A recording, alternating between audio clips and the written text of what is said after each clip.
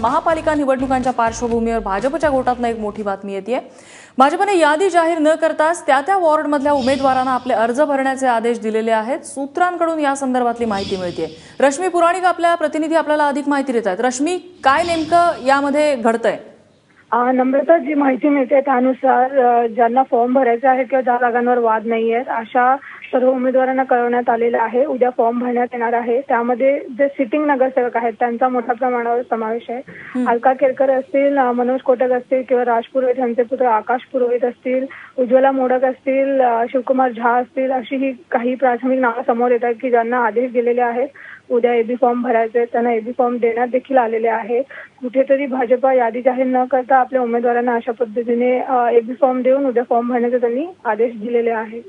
नक्कीच रश्मी, या पार्श्वभूमीवर मोठ्या घडामोडी घडण्याची शक्यता आहे। तू लक्ष ठेवून राहाच। अपडेट्स तुझ्याकडून जाणून घेत राहू। तुर्तास धन्यवाद या माहितीबद्दल।